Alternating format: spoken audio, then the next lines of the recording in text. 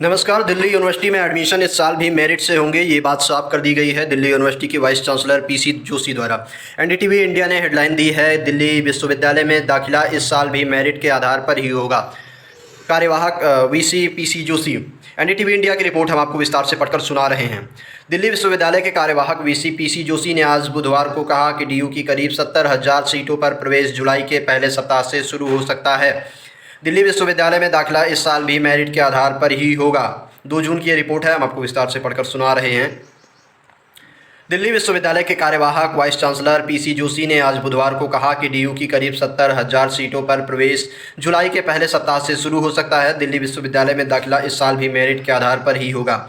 CBSE या दूसरे board जो भी परीक्षा परिणाम देंगे उससे मेरिट तय करके दाखिले की प्रक्रिया शुरू की जाएगी।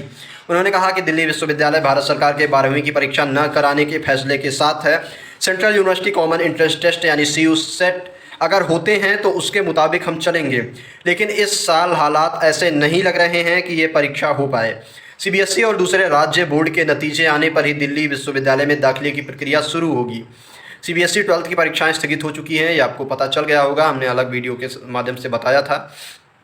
तो इसके बारे में रिपोर्ट में लिखा गया है और परीक्षाएं पहले स्थगित कर चुका है डीयू। तो दिल्ली विश्वविद्यालय में अंतिम सेमेस्टर या वर्ष के छात्रों की परीक्षा 7 जून तक के लिए फिलहाल स्थगित कर दी गई है।